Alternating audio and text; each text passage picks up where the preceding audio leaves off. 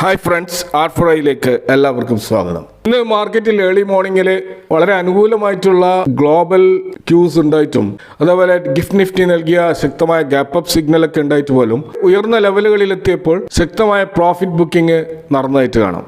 അപ്പോൾ അവിടെ നിന്ന് വീണ്ടും 23,500 എന്നുള്ള ആ ഒരു നിർണായക സപ്പോർട്ട് ലെവലിലേക്ക് നിഫ്റ്റി വരികയും ആ ലെവൽ ബ്രേക്ക് ചെയ്തപ്പോൾ പിന്നീട് മാർക്കറ്റ് തീർച്ചയായിട്ടും അതിൻ്റെ ബിയറിഷ് സോണിലേക്ക് പോയതായിട്ടും കാണാം. അപ്പോൾ 23,500 എന്നത് നിഫ്റ്റിയുടെ വളരെ ശക്തമായ ഒരു ഇമ്മീഡിയറ്റ് സപ്പോർട്ടായിരുന്നു. ഓപ്ഷൻ ചെയിൻ ഡാറ്റ പ്രകാരം ഈ ഒരു സ്ട്രൈക്കിൽ ഏറ്റവും കൂടുതൽ പുട്ട് ഓപ്പൺ ഇൻട്രസ്റ്റുകൾ ഉണ്ടായിരുന്നു. എന്നാൽ അതിശക്തമായ സെല്ലിംഗ് പ്രഷർ വന്നപ്പോൾ ഈ ലെവൽ ബ്രേക്ക് ചെയ്യപ്പെടുകയും പുട്ട് റൈറ്റേഴ്സ് തങ്ങളുടെ പൊസിഷൻസ് ക്ലോസ് ചെയ്തുകൊണ്ട് പിന്മാറിയത് ആ ഒരു തകർച്ചയുടെ ആഴം വർദ്ധിപ്പിച്ചതായിട്ട് നമുക്ക് കാണാം. അപ്പോൾ ഇന്നത്തെ ഒരു ട്രേഡിംഗ് സെഷനിൽ 23,750 എന്ന വളരെ പ്രധാനപ്പെട്ട ആ ഒരു ലെവല് ബ്രേക്ക് ചെയ്യാൻ നിഫ്റ്റിക്ക് സാധിക്കാതിരുന്നതാണ് ഇന്നത്തെ വീക്ക്നെസ്സിന് കാരണമായത്. അപ്പോൾ ആ ഒരു 23,750-800 ലെവൽ മറികടക്കാൻ കഴിയാതെ വന്നതോടെ ബിയേഴ്സ് വളരെ ശക്തമായിട്ട് മാർക്കറ്റിൽ ആക്റ്റീവ് ആവുകയും നല്ല തോതിലുള്ള സെല്ലിംഗ് നടക്കുകയും ചെയ്തു. അപ്പോൾ നിഫ്റ്റിയുടെയും ബാങ്ക് നിഫ്റ്റിയുടെയും RSI സൂചിപ്പിക്കുന്നത് അത് ബിലോ 50 ലെവലിലേക്ക് വന്നതുകൊണ്ട് തന്നെ ആ ഒരു ബുള്ളിഷ് മൊമെൻറ്റം കുറേ ദുർബലമായി എന്ന് സൂചിപ്പിക്കുകയാണ്. ഇതുകൂടാതെ ലാസ്റ്റ് ഫ്രൈഡേ FIAസിൻ്റെ 21,000 കോടിയുടെ വമ്പിച്ച നെറ്റ് സെല്ലിങ് അത് അവശേഷിപ്പിച്ച ഒരു സെല്ലിംഗ് പ്രഷർ ഉണ്ടായിരുന്നു.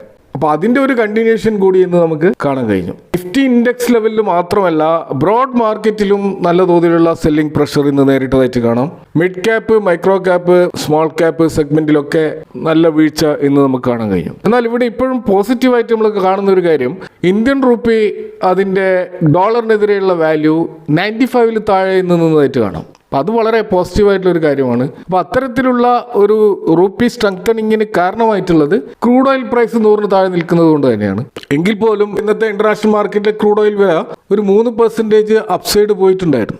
ഇപ്പോൾ 92 എന്ന ലെവലിൽ നിന്നും ക്രൂഡ് ഓയിൽ പ്രൈസ് ഇപ്പോൾ 94 എന്ന ലെവലിൽ നിൽക്കുകയാണ്. 100-ൽ താഴെ ക്രൂഡ് ഓയിൽ പ്രൈസ് മെയിൻറ്റെയിൻ ചെയ്യുക എന്നുള്ളത് ഇന്ത്യൻ മാർക്കറ്റിനെ സംബന്ധിച്ചിടത്തോളം, ഇന്ത്യൻ റുപ്പിയെ സംബന്ധിച്ചിടത്തോളം വളരെ ഇമ്പോർട്ടൻ്റ് ആയിട്ടുള്ളൊരു കാര്യമാണ്. അപ്പോൾ US ഇറാൻ ആ ഒരു സമാധാന ചർച്ചകളിൽ വീണ്ടും വലിയ തോതിലുള്ള തടസ്സങ്ങളും അൺസർട്ടനിറ്റിയൊക്കെ ഉടലെടുത്തതായിട്ടാണ് നമുക്ക് റിപ്പോർട്ടുകളിൽ കാണുന്നത്. ഇപ്പോൾ ഇറാൻ്റെ ഫോറിൻ മിനിസ്ട്രി പുറത്തുവിട്ട ഒരു പ്രസ്താവന പറയുന്നത് നിലവിൽ US ഒരു ന്യൂക്ലിയർ പദ്ധതിയുടെ ടെക്നിക്കൽ വശങ്ങളെക്കുറിച്ച് യാതൊരു ചർച്ചകളും നടക്കുന്നില്ല എന്നാണ്. എന്നാൽ ഇറാന്റെ ഇപ്പോഴത്തെ മുൻഗണന യുദ്ധം അവസാനിപ്പിക്കുക എന്നതാണെന്നും അദ്ദേഹം കൂട്ടിച്ചേർക്കുന്നുണ്ട്. ഇപ്പോൾ നിലവിൽ നടന്നുകൊണ്ടിരിക്കുന്ന ചർച്ചകളിലുള്ള ആ ഒരു ഡീല് അതിന്റെ പ്രതീക്ഷകൾ പൂർണ്ണമായും ഇല്ലാതായി എന്ന് പറയാനാകില്ല. എങ്കിലും അന്തിമ കരാറിലേക്ക് എത്തുന്നത് ഇപ്പോഴും സങ്കീർണമായിട്ടുള്ള പ്രോസസ്സിലൂടെ അത് തുടർന്നു കൊണ്ടുപോയിക്കൊണ്ടിരിക്കുകയാണ്. അപ്പോൾ ഇതിനിടയിൽ ഇസ്രായേൽ ലബനോണിൽ നടത്തുന്ന ആക്രമണങ്ങളും ഈ ഒരു ചർച്ചയ്ക്ക് തടസ്സമായിട്ട് നിൽക്കുന്നുണ്ട്. കൂടാതെ ഹൈലി എൻറിച്ച്ഡ് യുറേനിയം അത് എപ്പോൾ എങ്ങനെ നശിപ്പിക്കും എന്ന കാര്യത്തിൽ ഒരു വ്യക്തത വേണമെന്നുള്ള ട്രംപിന്റെ പിടിവാശിയും ഡീലിന് തടസ്സമായിട്ട് നിൽക്കുന്നുണ്ട്. അതുപോലെ ഇന്നലെയും ഇന്നുമായിട്ട് US സൈന്യം ഇറാന്റെ തീരപ്രദേശങ്ങളിൽ ആക്രമണം നടത്തുകയും അതിന് മറുപടിയായിട്ട് ഇറാൻ റവല്യൂഷണറി ഗാർഡ് US ബേസുകളിലേക്ക് മിസൈലുകൾ അയക്കുകയും ചെയ്തിട്ടുണ്ട്. പ്രത്യേകിച്ച് ഇപ്പോൾ കുവൈത്തിലൊക്കെ ഇത്തരത്തിലുള്ള ഡ്രോൺ ആക്രമണങ്ങൾ നേരിട്ടതായിട്ടും റിപ്പോർട്ട് ചെയ്യപ്പെട്ടിട്ടുണ്ട്. ഏതായാലും ഈ ഡീലുമായി ബന്ധപ്പെട്ടിട്ടുള്ള ചർച്ചകൾ മാസങ്ങളോളം നീണ്ടുപോകാനോ അതല്ലെങ്കിൽ താൽക്കാലികമായിട്ട് സ്തംഭിച്ചു നിൽക്കാനോ ഉള്ള സാധ്യതയാണുള്ളത്. അപ്പോൾ ഇറാൻ എത്രത്തോളം ഈ ന്യൂക്ലിയർ വിഷയവുമായി ബന്ധപ്പെട്ടിട്ട് വിട്ടുവീഴ്ചയ്ക്ക് തയ്യാറാകും എന്നതിനെ ആശ്രയിച്ചായിരിക്കും ഈ ഡീലിൻ്റെ ഒരു ഭാവി. ഇന്ന് നമ്മൾ ഇന്ത്യൻ മാർക്കറ്റിൽ large cap, mid cap, small cap കാറ്റഗറൈസേഷനുമായി ബന്ധപ്പെട്ട എല്ലാ വർഷം ജനുവരിയിലും ജൂലൈയിലും ഈ ഇത്തരത്തിലുള്ള large cap, mid cap, small cap കാറ്റഗറൈസേഷനിൽ ചെറിയ മാറ്റങ്ങൾ വരുത്താനുള്ള അധികാരം സെബി നൽകിയിരിക്കുന്നത് AMFIക്കാണ്. അപ്പോൾ 6 മാസം കൂടുമ്പോൾ ഇത്തരത്തിലുള്ള ഒരു റീകാറ്റഗറൈസേഷൻ AMFI നടത്താറുണ്ട്. അപ്പോൾ ജൂലൈയിൽ ഇത് നടത്തിയതിനു ശേഷം ഓഗസ്റ്റ് മുതലാണ് ഇത് പ്രാബല്യത്തിൽ വരിക. ഇവിടെ വരാൻ സാധ്യതയുള്ള മാറ്റങ്ങളെക്കുറിച്ച് നുവാമ ആൾട്ടർനേറ്റീവ് ആൻഡ് ക്വാണ്ടിറ്റേറ്റീവ് റിസർച്ചിൻ്റെ ഒരു റിപ്പോർട്ട് വന്നതായിട്ട് കാണാം. അപ്പോൾ ഇവിടെ ഒരു സ്റ്റോക്കിൻ്റെ പ്രൈസും അതിൻ്റെ മാർക്കറ്റ് ക്യാപിറ്റലൈസേഷനും വലിയ രീതിയിൽ വർദ്ധിക്കുമ്പോൾ അത് മിഡ് ക്യാപ്പിൽ നിന്നും ലാർജ് ക്യാപ്പിലേക്ക് ഉയർത്താറുണ്ട്. അപ്പോൾ അത്തരത്തിൽ വരാൻ സാധ്യതയുള്ള ചില മിഡ് ക്യാപ്പ് സ്റ്റോക്കുകൾ നോക്കുകയാണെങ്കിൽ അവിടെ ബോംബെ സ്റ്റോക്ക് എക്സ്ചേഞ്ച് അഥവാ BSE, അതുപോലെ Jindal Steel and Power, Vodafone Idea, Hitachi Energy India, Indian Bank, Indus Towers, Bharat Heavy Electricals അഥവാ BEL ഈ സ്റ്റോക്കുകളാണ് മിഡ് ക്യാപ്പിൽ നിന്നും ലാർജ് ക്യാപ്പിലേക്ക് പോകാൻ സാധ്യതയുള്ള സ്റ്റോക്കുകൾ. ഇതേപോലെ മാർക്കറ്റ് ക്യാപിറ്റലൈസേഷനിൽ ഇതുവരെ ലാർജ് ക്യാപ്പിൽ നിന്ന ചില കമ്പനികൾ മിഡ് ക്യാപ്പിലേക്ക് മാറാനുള്ള സാധ്യതകളും ഈ റിസർച്ചിൽ പറയുന്നുണ്ട്. ഇത്തരത്തിൽ ഡൗൺഗ്രേഡ് ചെയ്യപ്പെടാൻ സാധ്യതയുള്ള സ്റ്റോക്കുകൾ ഒന്ന് ലോധ ഡെവലപ്പേഴ്സ് ആണ്, മറ്റൊന്ന് Indian Hotels Company, Mazagon Dock Ship Builders, Max Health Care Institute, Bosch, LG Electronics India, അതുപോലെ ഗെയിൽ ഇന്ത്യ. ഈ സ്റ്റോക്കുകളാണ് ലാർജ് ക്യാപ്പിൽ നിന്നും മിഡ് ക്യാപ്പിലേക്ക് തരം താഴ്ത്തപ്പെടാൻ സാധ്യതയുള്ള സ്റ്റോക്കുകളായിട്ട് റിപ്പോർട്ട് ചെയ്യപ്പെടുന്നത്. അതേപോലെ തന്നെ ചില സ്മോൾ ക്യാപ്പ് സ്റ്റോക്കുകൾ നല്ല പ്രകടനം കാഴ്ചവെക്കുമ്പോൾ അത് മിഡ് ക്യാപ്പിലേക്ക് ഉയരുകയും അതുപോലെ മിഡ് ക്യാപ്പ് സെഗ്മെന്റിലുള്ള ചില കമ്പനികളുടെ പ്രകടനം മോശമാകുമ്പോൾ അത് സ്മോൾ ക്യാപ്പിലേക്കും റീഷഫ്ലിംഗ് ചെയ്യപ്പെടാറുണ്ട്.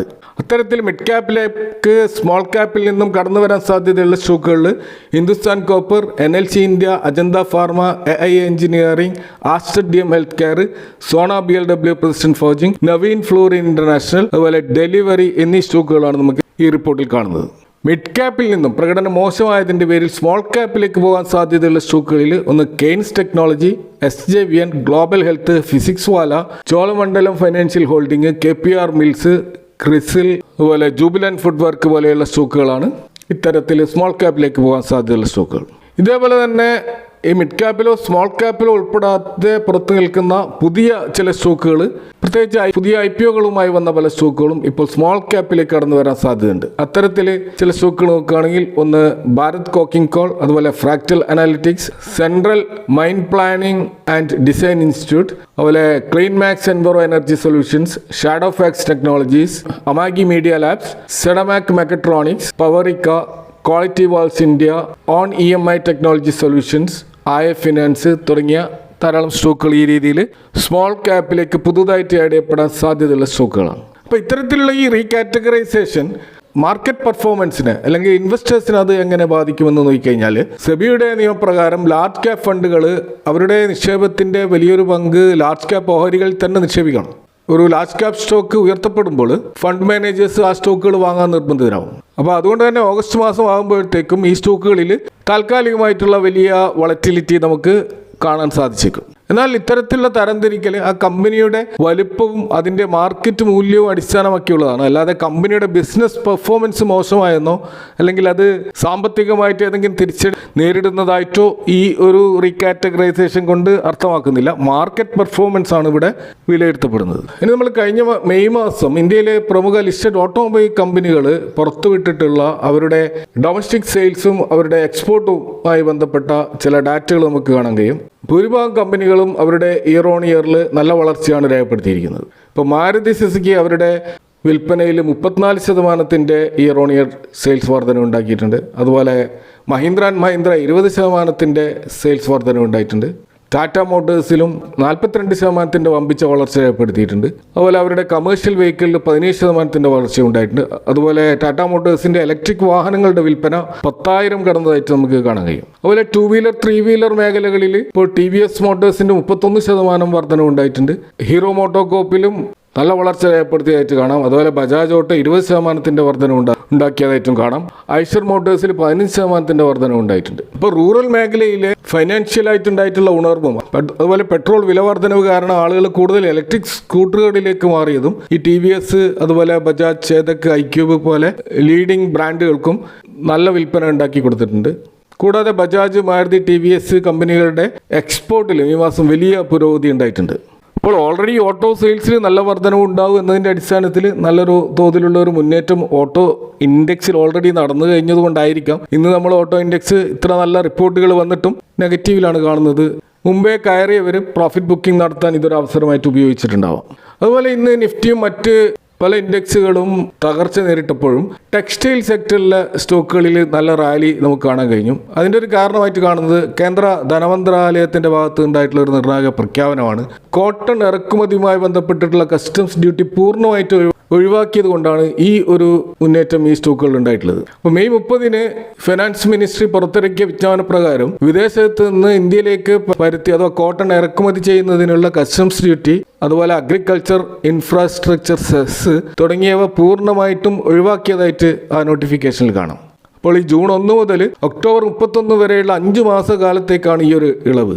നേരത്തെ 11% നികുതി ഈ കോട്ടൺ ഇമ്പോർട്ടിന് ഏർപ്പെടുത്തിയിരുന്നു. അപ്പോൾ ഇതാണിപ്പോൾ 0 ആയിട്ടുള്ളത്.